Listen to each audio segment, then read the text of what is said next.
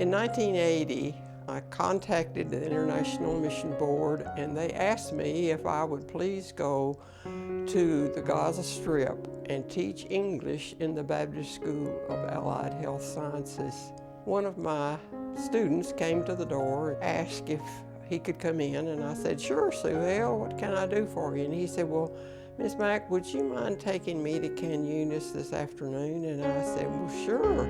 I said, "Suhail, why do you want to go to the Can Eunice?" And he said, "Well, that's the office of the Israeli military governor, and just recently they changed the border between the Gaza Strip and Egypt, and my parents' home now is in Egypt.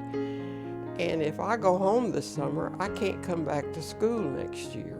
I need to get military permission to stay here." And I said, "Sure, come on, let's go." We got to Can Eunice, and Suhail just walked right on through like he owned the place. Well, of course, that immediately made the gentleman mad, and he began yelling at Suhail, and Suhail yelled back at him. And about that time, the governor looked at me and said, "Well, who is that?" And Suhail said, "Well, that's my English teacher."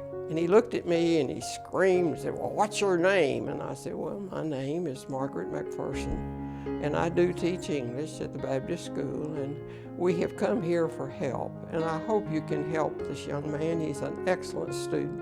And he smiled nicely. He said, "Well, yes, I'd be glad to help him if he'll just go down the hall a couple of doors and ask the lieutenant there to fill out the papers for him, and I'll sign them."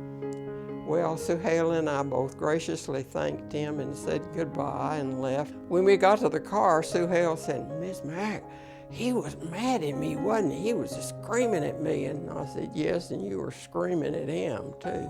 In Proverbs 15:1, he says that a soft answer turns away wrath, and the meaning of wrath is anger.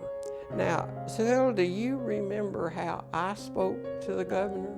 And he said, "Yeah, you were really nice and polite." And I said, "Yes, and then how did he answer me?" And he said, "Well, he was nice and quiet.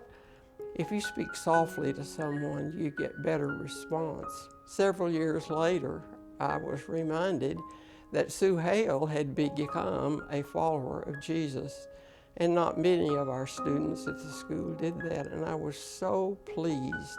You don't have to be an ordained minister or a seminary professor or whatever in order to make a difference in a person's life.